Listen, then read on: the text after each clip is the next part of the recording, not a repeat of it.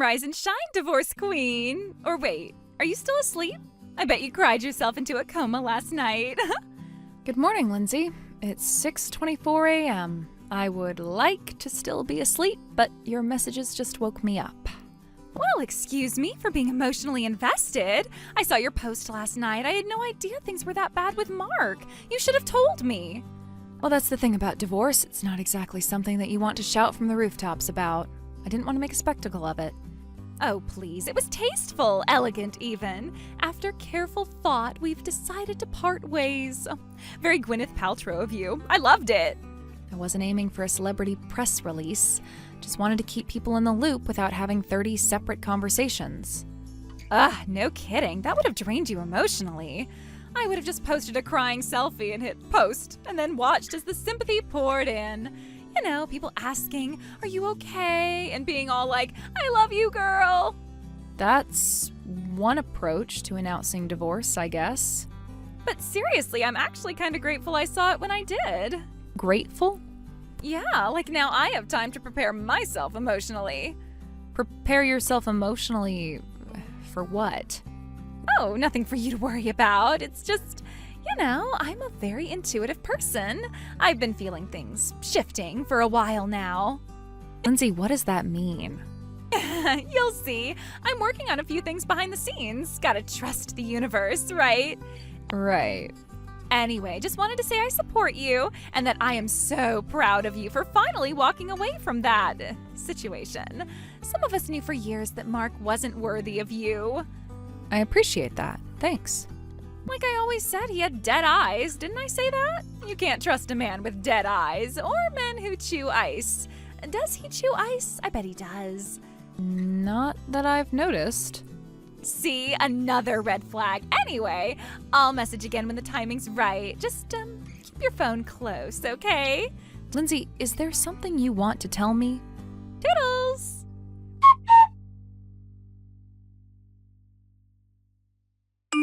Rachel, big news! Guess who just signed her divorce papers and is officially free? That would be you? Ding, ding, ding! Gold star for the sad single lady. Oh wait, I guess I'm single now too. Not sad though. Congratulations? Don't say it like that, babe. This is a celebration. I am finally unshackled. And I mean really unshackled. I didn't even fight for the custody of our kids. Wait, what? Yeah, I thought about it for a second, but honestly, I just didn't want to be tied down anymore. Kids are great, love them to pieces, but they kind of kill the vibe, you know? Lindsay, that's a pretty serious decision. It's a practical one. I told my ex he could keep full custody if we skipped the back and forth nonsense. No child support, no court drama, just clean, fast, and free. Besides, I'm starting a new chapter. It didn't make sense to bring a preschooler into it. A new chapter, meaning? Me and Mark, duh. Don't play dumb. You know what this is. I saw your announcement and took it as the green light. Universe said, go, girl. So I did. Lindsay, are you saying that you think you and Mark are together? Not think. No, we've had chemistry for years. Those little chats at pickup, the way he looked at me across the parking lot, sparks, literal sparks. I always knew something was there, and clearly he did too. I don't think a few conversations at preschool drop-off mean what you think they mean. You're so modest. You don't realize how much people orbit around you. I've always been aware, hyper aware. Mark and we just needed the timing to line up. Now it has. I'm confused. How long have you and Mark been together? Honestly, it feels like since the beginning of time. That's not an answer. I'm a patient woman. I've made my moves, cleared my schedule, and freed my energy. Now I'm just waiting for him to meet me halfway. And believe me, he will. You gave up your child and your home based on intuition? Oh, don't say it like that. It wasn't some blind leap. It was a pivot, a strategic reallocation of emotional capital. I'm investing in the future. I am honestly struggling to wrap my head around all this. Oh, please, you moved on too, right? You've got your kids, your big house, your spa weekends. Everyone has to let go of old ties eventually. You did it, now I'm doing it. Well, the circumstances of my letting go were quite different from yours. I'm just saying we're both shedding baggage. Only difference is mine wears Paw Patrol pajamas and thinks ketchup is a beverage. Don't guilt me. This is growth. Lindsay, I don't even know what to say. Then don't say anything. Just be happy for me. I'll keep you posted when things with Mark go public. I might even use the same caption you did. It felt really classy. Please don't. Too late. Already screenshotted it. Talk to you later, future maid of honor.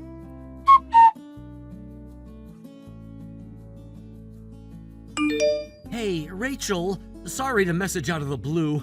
I know we said no more contact unless it's about school stuff, but there's something really, really important that we need to talk about. It'd better be. Make it quick. My dad called me in a full-blown meltdown a few hours ago. He said some woman showed up at the house this morning and told him she was my fiancée. Like she walked right inside and introduced herself like she was already part of the family. Was her name Lindsay? Yes, blonde woman, way too much perfume, said she knows me deeply. Who is this woman, Rachel? What the hell is going on? That's one of the moms from preschool. Our kids were in the same class last year. Are you serious right now? Yeah, and she's also recently divorced. Very recently, actually. Yesterday. Not only that, she gave up custody of her kid gladly and without a fight. Now the kicker, she told me that she and you were starting a new life together. What? So this is news to you too, then? Rachel, I barely even talked to her. I remember like 2 PTA meetings where she complimented my shirt and handed me a flyer. That's it. I didn't even have her number in my phone. That's why I'm calling you. I have no idea how to talk to her. Well, apparently your limited interactions were enough for her to interpret your entire existence as a proposal. She told people we were together? Yep, and that she was waiting for the right moment to go public. She said she gave up her child so she'd be free to be with you. It seems like she's been emotionally preparing for this new chapter of her life for quite some time. Oh my God. Mm-hmm. Rachel, please believe me, I did not have any sort of relationship with this Lindsay woman. Emily and I are married. We signed the marriage license last month. We've been trying to keep things quiet because of how messy everything got after the divorce. Yeah, this won't help. I swear, Rachel, I had no part in this. If I gave her the wrong idea just by existing, I don't know what to say.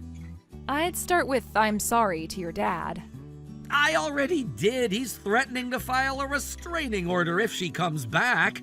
Probably not a bad idea. Just please don't get involved legally. I can't go through another court nightmare. Don't worry, I have no plans to sue anyone for delusions. Thank you. Seriously, I'm just trying to live a quiet life now. You already cleaned out what little savings I had left. Any more than this and I won't be able to pay rent. Are you expecting sympathy from me after you knocked up a college girl and left me for her? No, God, no. I just, I can't really take any more financial damage at this point. Well, as long as I don't find out about any other women you were sleeping with behind my back, you're probably in the clear. Okay, that's reassuring. Thanks for being so understanding, Rachel. I'll leave you to enjoy your evening.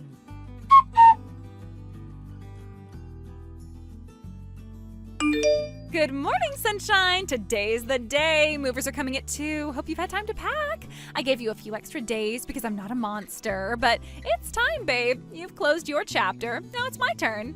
I'm sorry, what?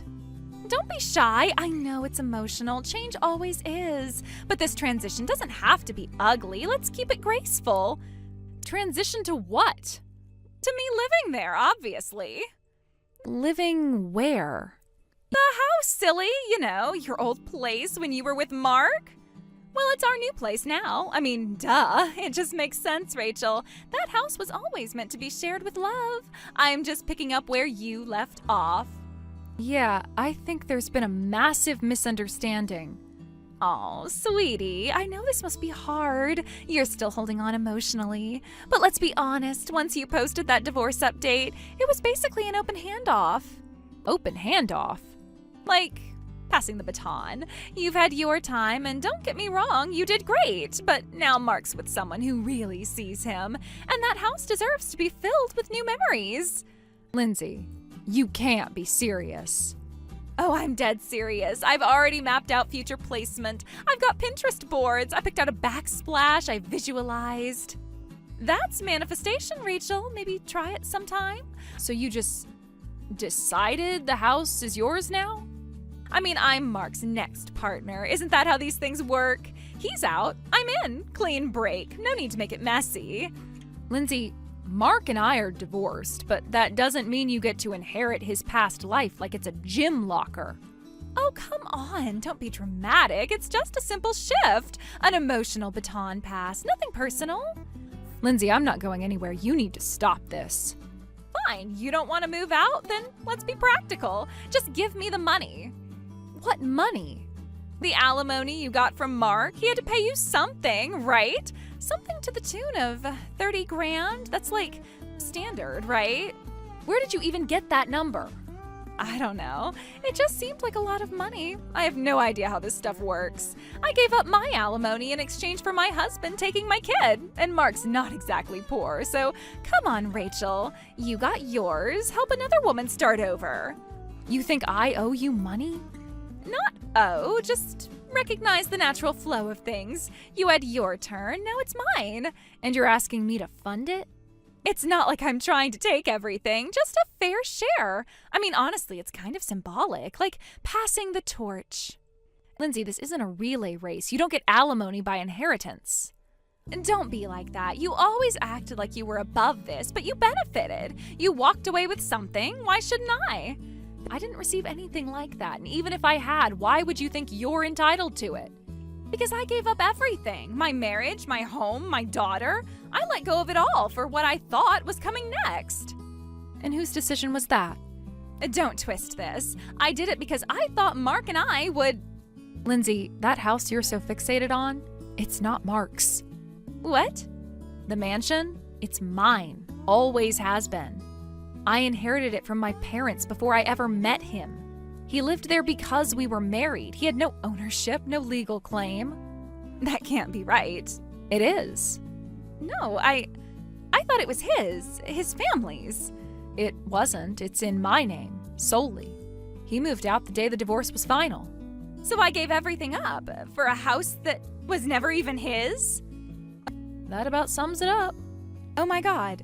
Oh my God. If you're looking for God, try a church. You don't understand. I gave up everything. I thought this was supposed to be my next chapter. Based on what? I left my husband. I gave up custody of my kid. I let him have the condo. I sold all my furniture. I canceled my lease. I packed up my entire life thinking I was moving into that house with Mark. You made all those choices without talking to him once? I knew, Rachel. I could feel it.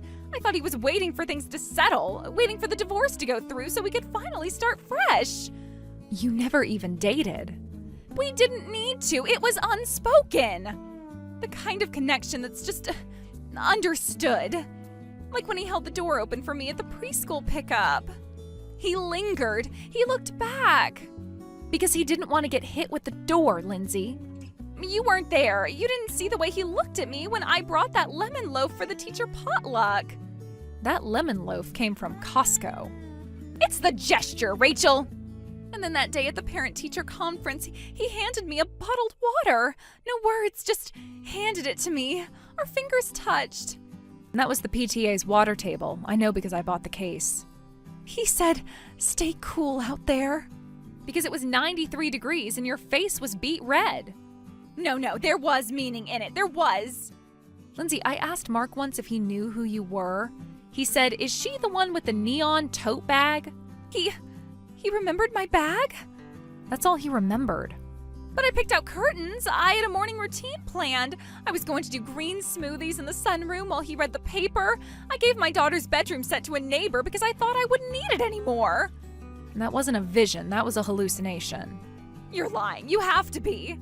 No, Lindsay, I'm just the first person who said it out loud. Rachel, I just need one honest answer. No sarcasm. No passive-aggressive little quips. Just tell me where Mark is right now. He moved out the day the divorce was finalized, like I told you. But where did he go? Is he staying with friends? Did he move out of town? I think I deserve to know that much. He's living in a small apartment across town, over by Greenway, I believe. And who is he living with? He's not living alone, if that's what you're hoping. He moved in with his wife. I'm sorry. With his what? His wife, Lindsay. Mark is married now. It happened quietly not long after the divorce was finalized. He met someone new and they moved in together. They're building their own life. No, that's not possible. He wouldn't just get married without saying anything. I would have heard. Someone would have told me. You're lying to get rid of me. I'm not lying. Her name is Emily. She's younger, kind, and apparently very grounded, which, given recent events, makes a lot of sense. I left my husband because I thought Mark was waiting for me. I gave up custody of my daughter because I believed that once the dust settled, I would be living in that house, in that life beside him. I thought he was preparing everything in silence because he couldn't say it out loud yet. Do you understand how deeply I committed to this? I think you committed to a version of events that existed only in your imagination. I kept telling myself I just needed to be patient, that once things were official between you two, he'd reach out. He'd acknowledge what we already knew deep down. You know, it's the worst part. I really believed he felt the same way. Mark never once said a word to me about you in any personal capacity. He didn't even remember your name until I reminded him last month. He referred to you as the mom with the loud shoes. I can't believe this is happening. I thought he was going to build something with me. I genuinely thought the life I gave up was leading to something better, something more real. And what exactly is it you thought I was standing in the way of? A second chance, a future, a home.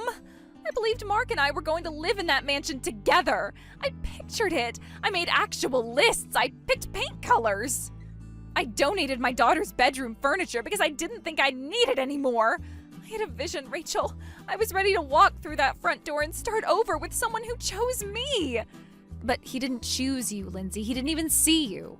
Then just, please, let me stay in the house, just for a little while. I have nowhere else to go. My parents said I was throwing away my life for a fantasy, and they won't even return my calls. Daniel changed the locks. Everything I owned is in storage, and I'm sitting in a parking lot trying to pretend I have a plan. You made those decisions without ever speaking to the man you believed was your safety net. I'm not going to reward that kind of recklessness by offering you a place in my home. I don't need pity. I need time. Just a little time. I'll sleep in the laundry room. I'll stay out of the way. I'll clean or pay rent or whatever you want. I just need a place to breathe. You didn't just bet on the wrong man, Lindsay. You bet everything you had on a man who didn't even know he was part of the game. You don't have to be cruel. I'm not being cruel. I am being honest. Maybe it's the first real thing anyone said to you in a long time.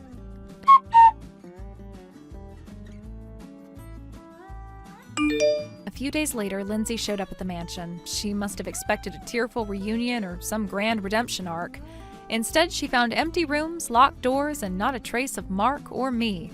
I heard she tracked down Mark's new apartment somehow. She stormed the entrance while he and his new wife were stepping out with groceries and screamed about betrayal and wedding vows that never existed. The neighbors called the police. She left in a patrol car, still yelling about how this wasn't how it was supposed to end. That night, I got a voicemail. Her voice was trembling. "Please talk to them for me. You're the only one who'll understand." I didn't listen to the rest. I blocked the number and made a note to change mine next week. Some people don't crash quietly. They bring the whole fantasy down with them, and they expect you to catch the debris. Good afternoon, this is Michael from Riverside Hotel's reservation desk. How may I assist you? I know it's super last minute and I didn't book anything in advance, but is there any chance you might have a room available tonight? This would be for tonight, correct? I can check availability. How many guests? 3 of us, me and my 2 kids. If there's anything open, honestly, the cheapest option is totally fine. I know that's not ideal, but I'd really appreciate any help. And may I confirm, are you looking for a standard room or one of our executive or luxury suites? Well, actually, we're in a bit of a rough situation. It's kind of embarrassing to explain, but we got pickpocketed at the train station earlier. All our money and cards got stolen. I filed a report and everything, but obviously that doesn't get us our stuff back. I had a hotel booked already, but once they heard we couldn't pay up front, they canceled our check-in. so now I'm just trying every hotel nearby. I found yours because you have chat-based reservations, which is a lifesaver. I'm really hoping you might have something. I see. I'm terribly sorry to hear about your situation. However, if payment cannot be confirmed at check-in, I'm afraid we would be unable to accommodate your request. I completely understand, but just give me a minute to explain. My husband is flying in tomorrow. He's been on a temporary job assignment, and he's meeting us here. He'll pay the full amount then, I promise. If we could just stay one night, I'll check out first thing in the morning. We'll settle everything properly. I'm not trying to scam anyone. I just don't want to be out in the cold with 2 little ones. Unfortunately, I didn't catch your name. Oh, sorry, it's Autumn. Ms. Autumn, I do understand what you're saying, but we are a luxury establishment. We cater to clients with a certain consistency of means. We're not in the habit of extending charity. I'm not asking for charity. I'm offering to pay, just a little delayed. I'll even write and sign whatever form you want, just to prove I'm serious. Please, just one night. Be that as it may, we cannot run a business based on verbal assurances. It's a slippery slope. Anyone could walk in claiming hardship and promising future payment. I get that, I do, but we're not just anyone, we're a family. I have 2 tired kids sitting on a bench in a train station right now. I don't know where else to go. I'm sorry, but persistence won't change policy. We are not some roadside inn that operates on IOUs. Please, they're 6 and 8 years old. We've been walking around for hours. They're exhausted. Even just a floor, a chair, anything with heat and a roof. I'll do anything to make this work. You are being quite pushy, Ms. Autumn. It's not a flattering look. Perhaps that works elsewhere, but not here. I don't believe you realize where you're trying to stay. Riverside Hotel is part of a luxury brand chain with elite clientele across the country. This isn't the kind of place where you work something out. I'm not trying to make trouble. I just didn't know who else to ask. You're the only hotel that even answered me. That alone gave me hope. Let me be blunt. People in your financial bracket simply don't stay here. That's not judgment, it's reality. You'd be more comfortable somewhere simpler, or frankly, a shelter. Wow, okay. I didn't expect kindness, but I also didn't expect to be talked down to like that. It's not personal, it's practicality. We've dealt with guests who vanish without paying, and it's always the same type. Begging, promising, then gone by morning. That's not me. I'm not trying to trick anyone. Just trying to make it until tomorrow morning. And if your mystery husband doesn't arrive, then what? We foot the bill? You vanish into the wind like others have? No, thank you. I won't vanish. You have my name, my number, my ID. I'll leave anything you ask with the front desk until the payment is settled. My word means something. I'm sure it does to you, but not to our accounting department, nor to our standards. No payment, no room. You mentioned checking availability earlier. You said you'd confirm. Does that mean you do have a room open? That was before I realized the situation. The room is no longer available. We are unfortunately at full capacity now. Well, that sounds like a convenient excuse. Call it what you like, but here's a reality check. You shouldn't try to live above your means. Sleep under a bridge if you have to. That's more fitting. Wow. This conversation is over. Goodbye.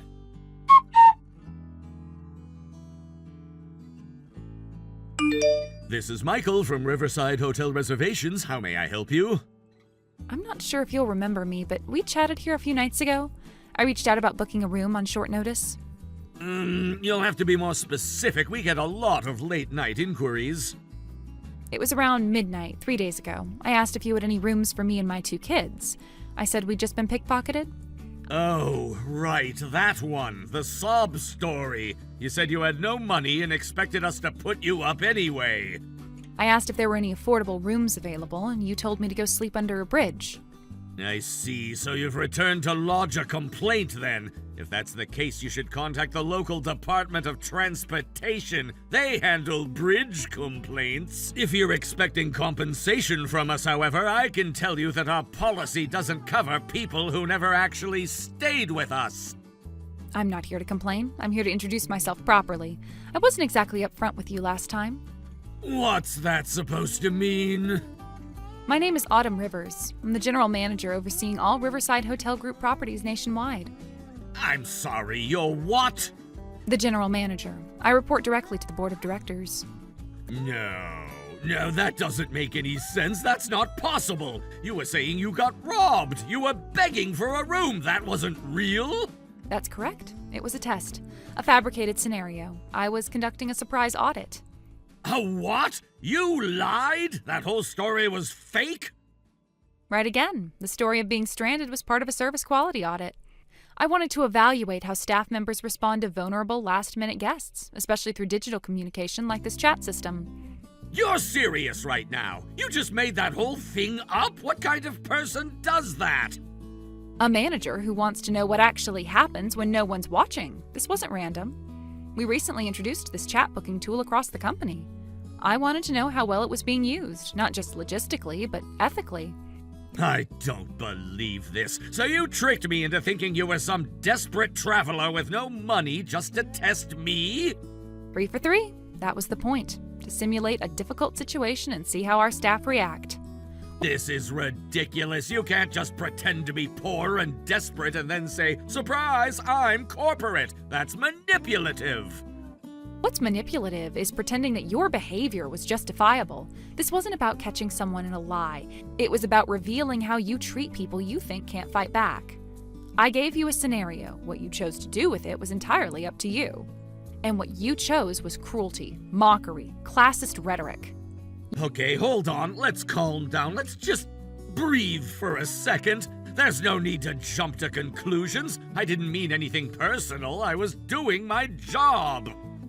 You weren't doing your job, Michael. You were abusing your position. There is nothing in the Riverside Handbook that authorizes staff to belittle guests or make personal judgments about their worth.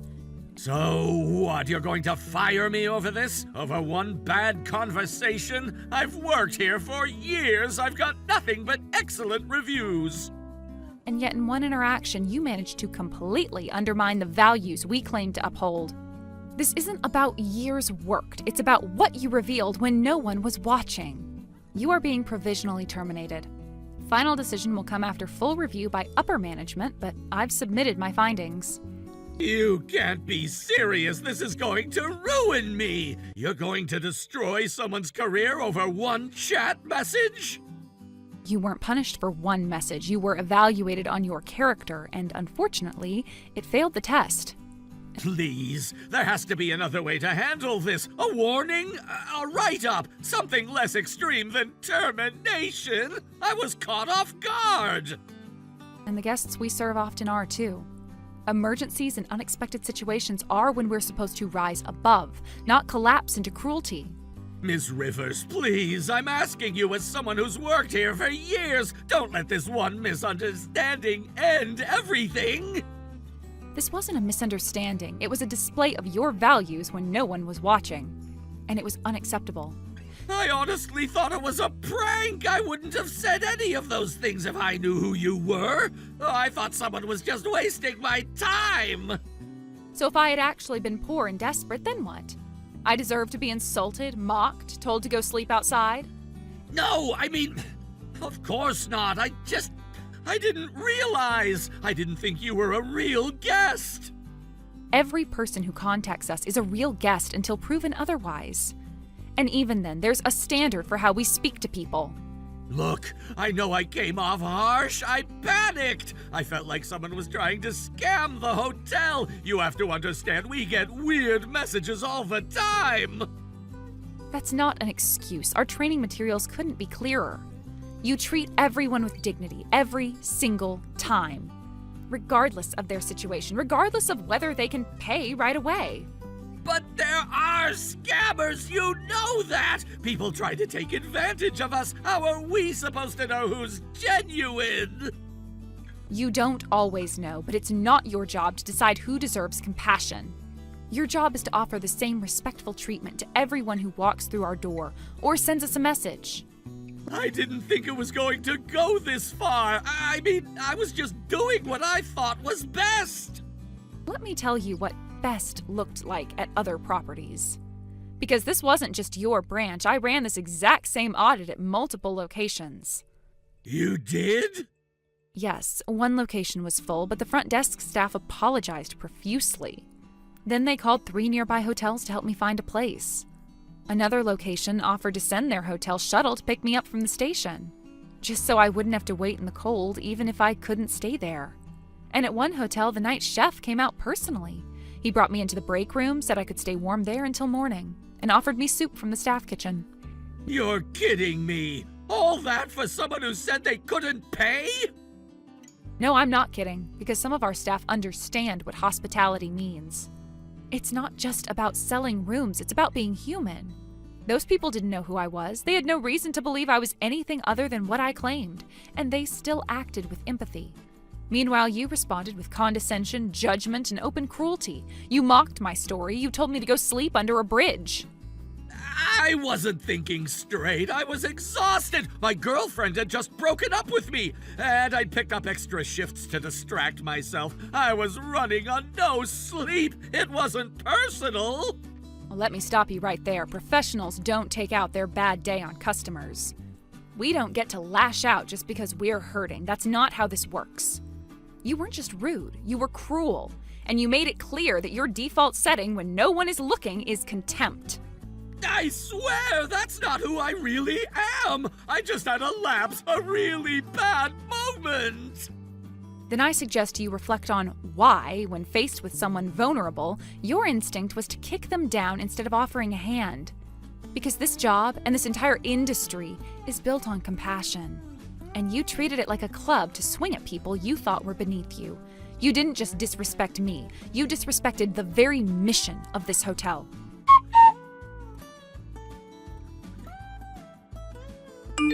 A few days after our chat, I visited the Riverside Hotel in person. I brought 2 senior executives with me and printed copies of the entire conversation.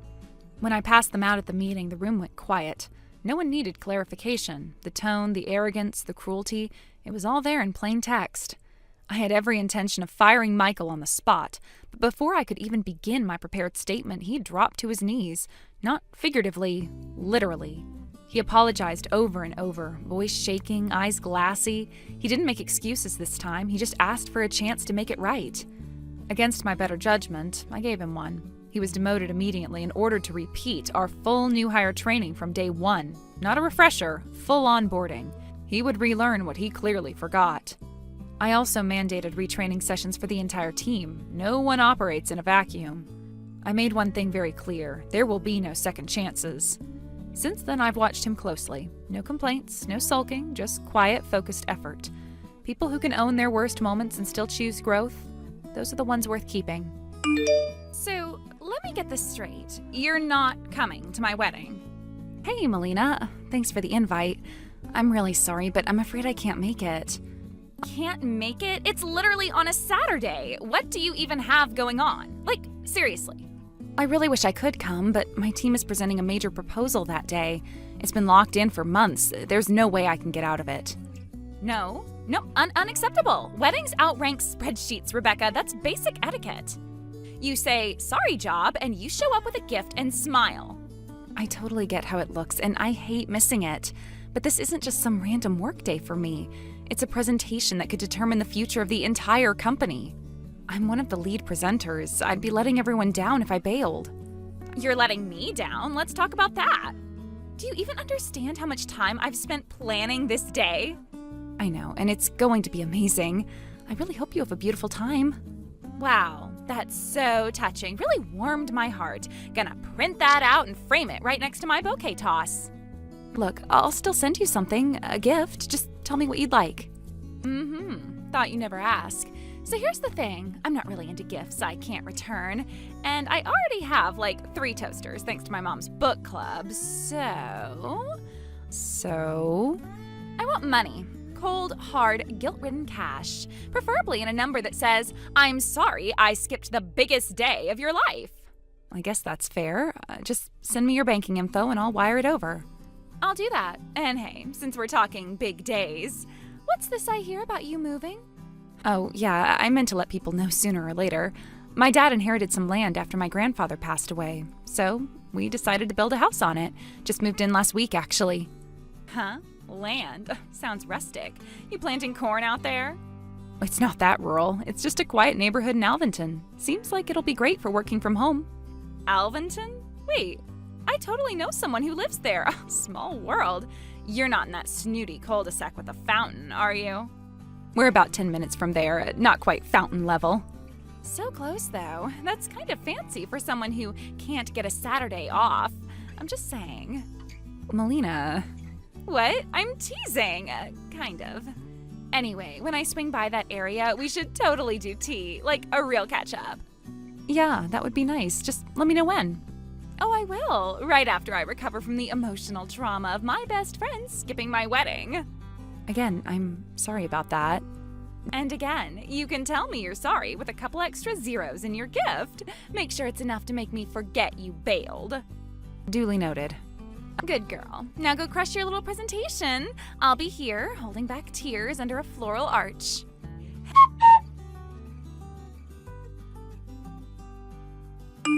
Hey, Rebecca. I have a teensy favor to ask, and I know it's last minute, but you love me, right?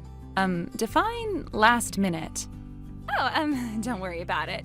Anyway, I'm actually in Alvinton right now, and I'm right outside your house. Would it be okay if I parked in your driveway until tomorrow morning?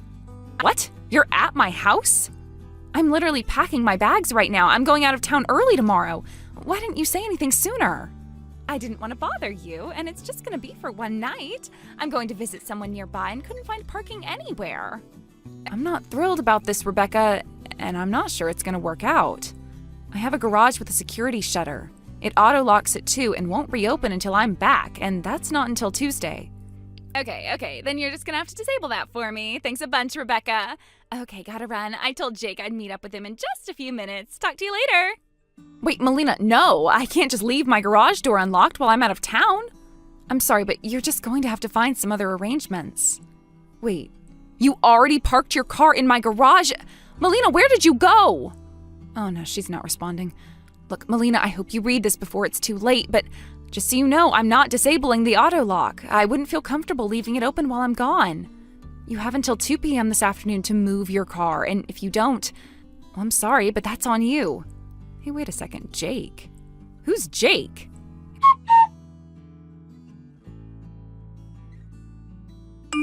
Hey, sorry to reach out so late.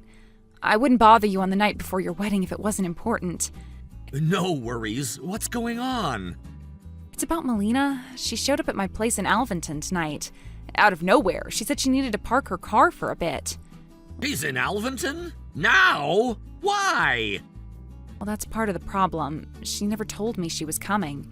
She just kind of announced it via text. Before I could explain anything, she dumped her car in my garage and took off. Wait, what? Yeah, I was trying to tell her the garage has a security shutter. It closes automatically at 2 p.m. today. I'm leaving town, so once it shuts, it won't open until Tuesday. But she left before I could even say that. You're kidding. She just ignored you? Pretty much. She texted me, "Don't worry, I'll grab it in the morning," and then poof, gone. That's so like her. I tried calling her afterward, texting too, but all I got was total radio silence. You're serious? She just parked it there and vanished? Yes, and I figured I should let you know. She mentioned something about picking you up in the morning for the ceremony? That was the plan. She said she'd swing by my place and we'd ride together.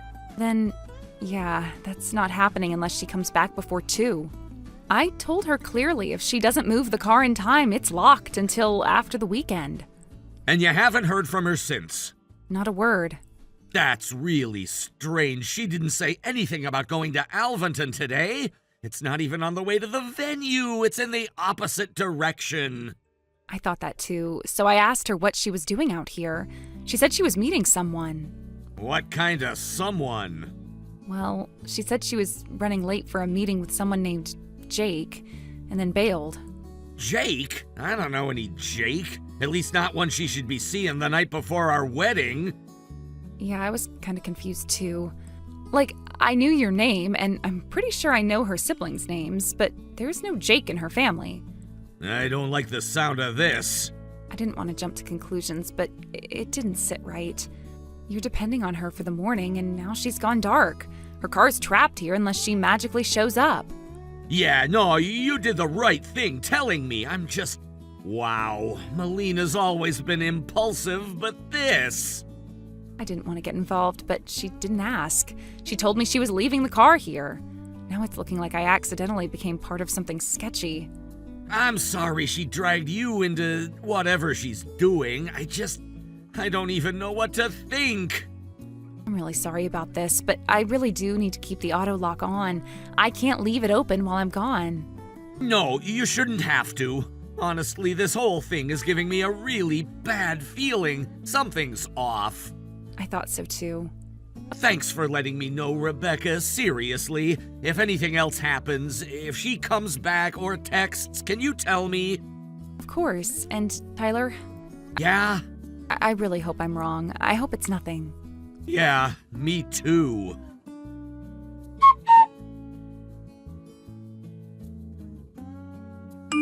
Rebecca, what's going on? Why is your garage door locked? Open the garage. I'm literally standing here in my dress.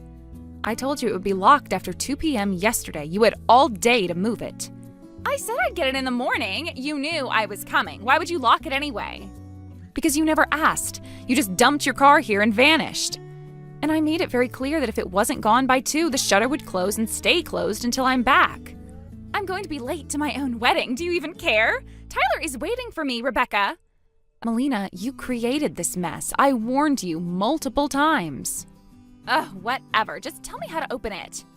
Before we get to that, can I ask you something? What? Who did you meet last night? Are you serious right now? Dead serious. You drove all the way to Alvinton the night before your wedding. That's not exactly normal, especially when you told me you were meeting someone. I told you it was just a girls' night. No, you didn't. You said you were meeting Jake. Jake is one of my girlfriends. Jake isn't a girl's name, Melina. Fine, okay? Yes, I saw Jake. And yes, we used to date. Happy now? No, not really. Oh my god, don't you dare start to lecture me. You're not my mom. I'm not, but you're getting married today, and you hooked up with your ex last night? It's not that deep. It was one last fling, that's all. You're being so uptight about this. You're brushing off infidelity like it's nothing. Do you even hear yourself? It's just cheating. It's not like I'm going to leave Tyler or something. Can we please move on? Just open the door and let me get my car. I can't, Melina. Didn't you read the texts I sent you? I'm not home. What? I'm out of state on a business trip. I left yesterday, just like I said. Are you joking? And my parents are on vacation until Wednesday, so yeah, no one's opening that garage. No. This isn't happening. Rebecca, please. I need that car. Tyler's waiting for me. He's expecting me to pick him up. Well, then maybe you should have respected my boundaries and not used me as a prop for your affair. You don't get it. If I don't show up soon, he's going to think something's wrong. He'll start asking questions. Yeah, and for good reason, given what you just admitted to me. I cannot believe you're doing this to me. Like, how could you actually let this happen? You should probably be worrying less about me and more about the missed call from Tyler. What? He tried to call you, probably after realizing you hadn't shown up yet. What missed call? I don't have anything from him. I guess you were too busy doing things you shouldn't have been doing with a person you shouldn't have been doing them with. Oh my god, did you seriously tell him? Rebecca, did you tell him I cheated? No, Melina, I didn't say a word about Jake. I didn't need to. Then what the hell did you say? The truth, that you dropped your car at my place in Alvinton without permission and then stopped responding. I told him I was trying to get in touch with you all night. That's it. That's it? Are you out of your mind? Do you know what that sounds like? It sounds like what actually happened. He's gonna think something's going on. I mean, something is going on. Yeah, but I can't let him know about that. He already does. How would you even know that? Because Tyler called me back. He asked a few quiet, calm questions about where your house is, about when you dropped the car off. He didn't yell, he didn't even sound angry, but he was definitely putting something together. Okay, no, this is going way too far. Want to hear the best part? I really don't. He remembered that your ex, Jake, lives in Alvinton. Oh no. Oh yes, he connected the dots on his own, and he reached out to a couple mutual friends. No, you're lying. Am I? Because they confirmed Jake still lives there, and apparently he's been bragging lately. Bragging about what? About reconnecting with an old flame, one who's engaged, one who was always wild when no one was looking. Sound familiar? You've got to be kidding me. This is all falling apart over some stupid parking spot? It's not the parking spot, Melina. It's your complete inability to think more than 2 steps ahead. I didn't even do anything wrong. Other than cheating and trespassing? I parked. I cheated a little, sure, but this whole thing that's going on, this is your fault. You didn't have to say anything. And you didn't have to lie, sneak around, or sleep with your ex the night before your wedding, but here we are. You know what I think? I think you've been waiting for a chance to screw me over. Really? That's your takeaway? Don't play dumb. How do you even have Tyler's number? Were you two hooking up behind my back this whole time? Oh my god, we were in the same high school friend group. Everyone swapped numbers. Sounds a little too convenient to me. Oh, don't even try it. What? Don't stand in the smoking ruins of your own mess and start pointing at me like I lit the match. I just think it's weird, that's all. I mean, you were always kind of hanging around him. Melina, stop. Do not project your trash onto me. I'm not the one who couldn't keep her vows for 24 hours. So I slipped up, okay? You act like I'm the first person to cheat. You cheated in your ex's town from my driveway the night before your wedding, and you didn't even try to cover your tracks. It was a one-time thing. Then why did you lie? Why dump your car on me? Why ghost your own fiancé? You weren't just being impulsive, you were being deliberate and deceptive. Rebecca, come on, you know me. We've been friends forever. You don't have to do this. Let me stop you right there, Melina. What? Don't pretend this is about friendship. If you cared even a little, you would have told me the truth. Or, here's a wild idea, not used my house to cover for your affair. I didn't mean to drag you into anything, okay? I just panicked. You didn't panic. You planned, you scheduled, you lied. And when it blew up, you came crawling to me, expecting me to save your ass without question. Come on, Rebecca, seriously, are you really gonna throw away all our years of friendship over one tiny little mistake? You didn't just make a mistake, you made a decision. And then you made another, and another. And you made damn sure I was standing right next to you for all of them, just in case you needed someone to blame. Well, excuse me for thinking I could count on a friend. We're not friends. Not anymore. Rebecca. You tried to make me be your alibi while you sleep around on the man you're supposed to be exchanging vows with today. That's not what friends do. Please. Lose my number, Melina, for good.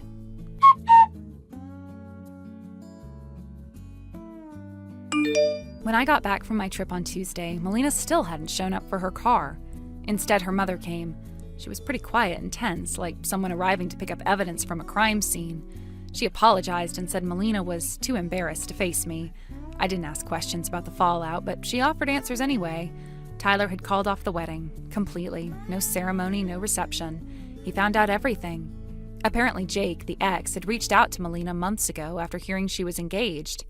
He panicked at the idea of losing her forever, and Melina, well, she didn't need much convincing. She started meeting him again, and again, and again. And from what I heard, that final night, the night before her wedding, was intentional. She wanted the thrill of having one last hurrah before, supposedly, devoting herself to Tyler. I never saw Melina again, but I still think about it sometimes. How a whole life can implode for the sake of one reckless choice. Well, I hope that last night with Jake was worth it. Rachel! It's been way too long, huh? I think it's been about 5 years, give or take. But hey, your fiancé is back in your DMs. Come on, don't leave me on read. You're not still mad, are ya? It's me, Jake, the one and only, your long-lost future husband. Still nothing? Wow. Well, I guess you always did play hard to get. Fine. Maybe you're just speechless. I mean, who wouldn't be? I mean, your fiancé suddenly showed up out of nowhere and struck up a conversation. Feels like fate, right?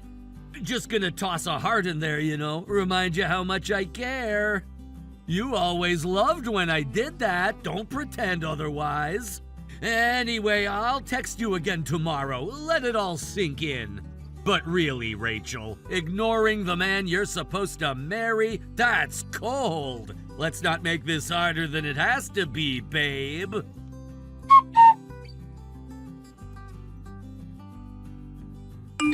Rachel, come on, it's been a whole day. You're seriously not gonna respond? I even went out of my way to get a new phone and a new number in order to talk to you. For some reason, my texts stopped going through after a while. Weird, huh? Must have been a glitch. But I'm here now, messaging you directly. So what's the holdup? I mean, we were engaged, weren't we? That sort of bond doesn't just disappear overnight. I even added a heart emoji to my text. Did you see that? I thought, that would show you how serious I am about getting back together with you. So, whenever you see the heart emoji, if you could send one back, that'd make me super happy. What the hell is this, Jake? You want me to send you a heart emoji? You've got some nerve showing up with emojis and delusions like it's still 2018.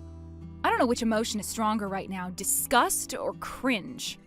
So you did see it! Great! Look, I'm just trying to reconnect. We've got history, Rachel. History like ours stands the test of time. It wouldn't matter if it were 5 weeks, 5 years, or 5 centuries since we've spoken. Our bond just doesn't go away. Yes, Jake, it does go away when I tell you to never speak to me again and block you, which I did 5 years ago intentionally. Wait, hold on. You blocked me? That's why I couldn't reach you all this time? You blocked your own fiancé. Are you serious? Dead serious. And you keep saying fiancé like that title hasn't expired? Because it expired the moment you walked out. Keep texting and I'll give your new account the same farewell package. Block, delete, forget. Goodbye.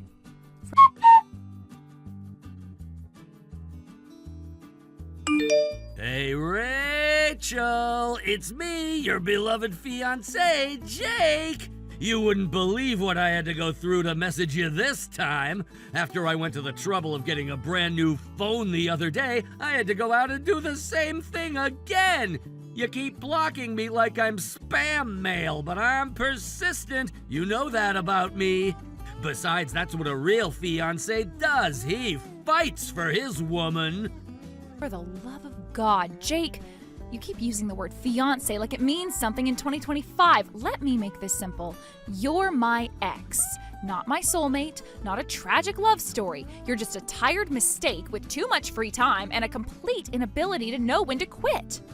Ouch, that's cold. Look, I didn't come here to fight. I came here because, something came up. Of course it did. Let me guess. You saw a headline, misunderstood it, and decided I owe you another round of attention. You know that friend of mine, the one who works for that logistics firm? Turns out they've got a contract with your grandfather's company. Anyway, he told me your grandfather passed away recently. Real shame. But apparently, he left you a massive inheritance. Like, we're talking $1 million straight up. That's FU money. Wow, so you caught a whiff of money and immediately transformed into a sentimental grave robber. How utterly touching. Come on, don't be like that. It's not about the money. Well, okay, it's a little about the money, but it's also about the timing. I mean, think about it. You're single, I'm single, and now you're a millionaire. It's like the universe is finally aligning. Except in this universal alignment, it actually signals the apocalypse for my migraine. You know what I think? I think it sounds like fate finally doing us a favor. I made a mistake years ago, sure, but this feels like a second chance. Like the universe is saying, Jake, it's time to get your girl back. And hey, now your girl's got $1 million. That makes it even better. Wow, Jake, I have always dreamed of being wooed by a man who only became interested in me after learning I came into money.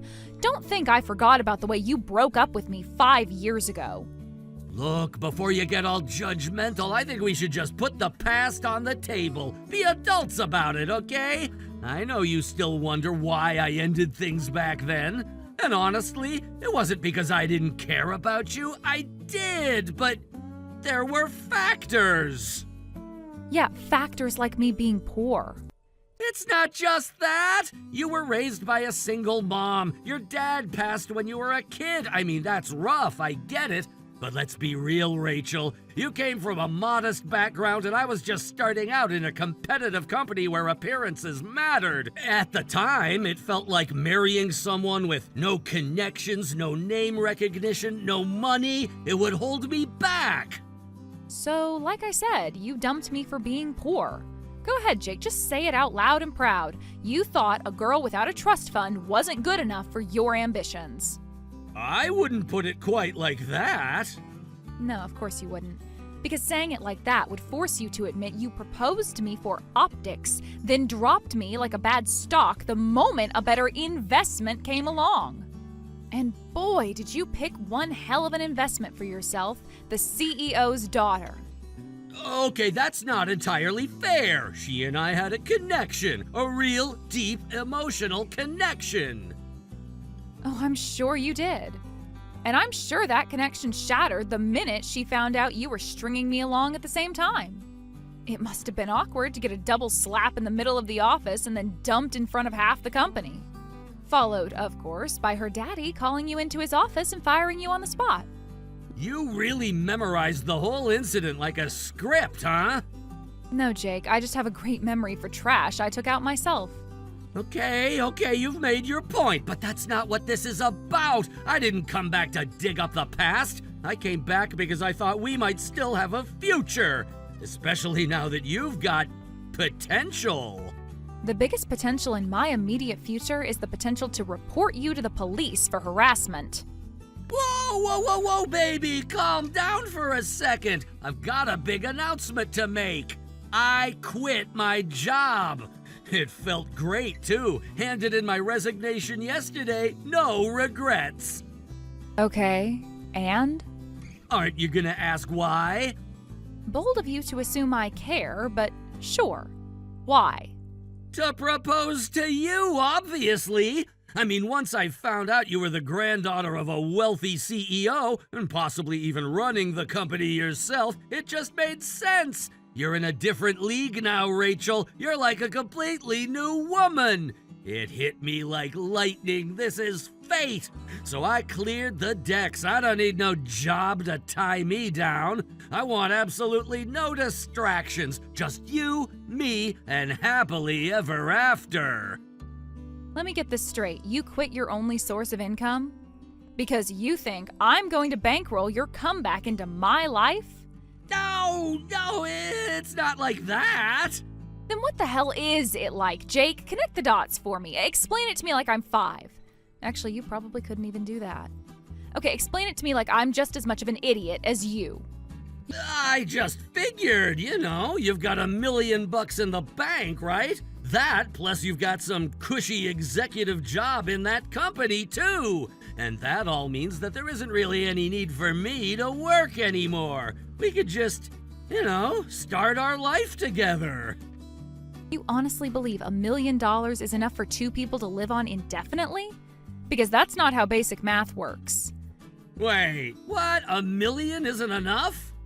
No, the average lifetime earnings for a person in the US are about 2.7 million. That's per person, Jake. $1 million might feel big when you say it fast, but it doesn't stretch over a lifetime. Not even close. Wow, that's not what I heard. I mean, yeah, okay, maybe it's a little tight, but still, you're probably making 6 figures as an executive, so we're good, right? Between your inheritance and your income, I'm pretty sure we're set. You're not listening, you're guessing. And also, I'm not filling out marriage paperwork, so stop asking where I live. Why not? I already got the forms. I'll come over and... It's irrelevant. I'm already married. Happily married, actually. Wait just a second. Married? You're telling me you've been married this whole time? That doesn't add up. When would that have even happened? It happened 2 years ago. We had a small ceremony. It was nothing flashy. We invited our family, close friends, only the people who actually mattered. Please note that doesn't include you. 2 years ago? No way, I don't buy that. You're just saying that to push me away. If you'd really gotten married, I would have heard about it somehow. Somebody would have mentioned it to me. That sort of thing just doesn't stay hidden for 2 years. Why would anyone mention it to you? You're not part of my life anymore, Jake. You haven't been for years. You weren't invited, informed, or relevant. You know what I think? I think you married someone for the wrong reasons. You probably felt pressure or wanted to prove something. But come on, you know just as well as I do that it's not real. You and me, we had something deeper, the kind of connection that they make movies about. You're confusing depth with dysfunction. What we had was a messy chapter I am glad to have closed. What I have now is quiet, kind, and stable, something you clearly don't recognize. Which is likely because it doesn't come with a grand entrance and a bad financial decision. All right, fine. Maybe things didn't end perfectly before, but that doesn't mean they can't start over now. People get divorced all the time. Till death do us part is more of a guideline than a rule. You don't have to stay with him just because you said I do. We could still have a future. And hey, this time we'd actually have the money to make it work. I have to say, I am really grateful that you're being so upfront and honest about the real reason you're here. Not for me, not for some grand reconciliation, but for the fantasy you've built in your head about love and bank accounts. You don't want me. You want the amount of money that you think I have in the bank. I'm just saying that I think we owe it to ourselves to give it another shot. To give us another shot. No, Jake, what I owe myself is peace, and I intend to keep it. You're really going to just shut the door like that? I didn't just shut it, I locked it, bricked over the entrance, and planted a garden in its place. And now I'm done answering the door. Goodbye, Jake. I'm blocking you again. Come on, Rachel! I don't know where I'm gonna get the money to get a new phone this time!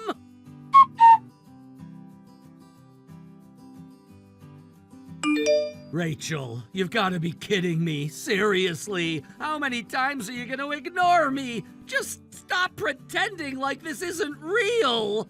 Oh, God, no, not you again. You know what I think? I think you're scared. Not of me, of yourself. It's been 5 years. You probably think I'll see the wrinkles, the little crow's feet, and you won't measure up. But Rachel, we're both pushing 40. Aging is natural. I'm not expecting the 20-something version of you. But I don't care about that. To me, you'll always be the woman I loved. And now that you've got money and power, I love you even more. I don't know whether to be offended by the objectification or embarrassed for how proud you sound saying it. Either way, stop calling me that. I'm not some fantasy character from your midlife crisis. Look, it's not complicated. I love you, you love me. Let's get married. We can do it today. Think about it. No more jobs, no more stress. Just us, together with all the luxury your money can buy. You're still not hearing me. I am married. Then you can always get divorced. If it's not real love, then what's the point of staying anyway? I can be the one who shows you what true love really is. You're the one showing me what a psychopath really is. I'm getting tired of this. So do me a favor. Go to my company's homepage. What for? Just do it. Open the company website and take a look at who's listed as the new CEO. What is this, a test? All right, fine. I'm looking. Marcus McDaniel? That's right. And you know what my last name is right now? McDaniel. Oh, so he's like a cousin or something? No, Jake, not a cousin, not a distant relative. He's my husband, the actual CEO of my grandfather's company. Then what's this I heard about you being an executive? I thought you were the one running things. Nope, it's not me. I work in an entirely different field. I have nothing to do with the company. Marcus is the one who runs the company. But even if that's true, I still think your marriage isn't built to last. I mean, maybe it's one of those things you did out of pressure. It doesn't have to be forever. We met, we fell in love, we got married. That's all there is to it. No pressure, no settling, just a real relationship built on real things, which is more than I can say for you. All right, fine, but what about the inheritance? I heard it was $1 million. That's not nothing. That could have changed everything. It wasn't $1 million. What? Then how much was it? Why would I tell you? Where did you even get that number from? I don't know. It was just what people were saying on the internet. I figured, it made sense. God, how dumb can you be, Jake? You quit your job based on a rumor you heard on social media? Look, can you stop insulting me for a second? I already quit my job. That's over and done with. What am I supposed to do now? You're going to need to start job hunting like every other adult who makes stupid decisions and has to live with it.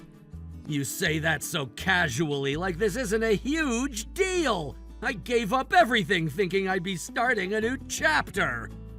You gave up everything based on nothing. That's on you. Let's not forget your last job was a lucky break after you got blacklisted for humiliating the CEO's daughter. That company was the only one that took you in, and you walked away from it for a fantasy. I didn't think...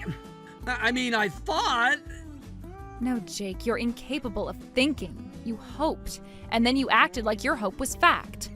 Now you're worse off than when you started, and I'm still not yours. So that's it? You're just walking away from me? You walked away from me, you backstabbing, cheating loser. I'm not your $1 million bride. I never was. Okay, well, maybe you're not gonna marry me. That's fine. But can you at least give me some money? Rachel?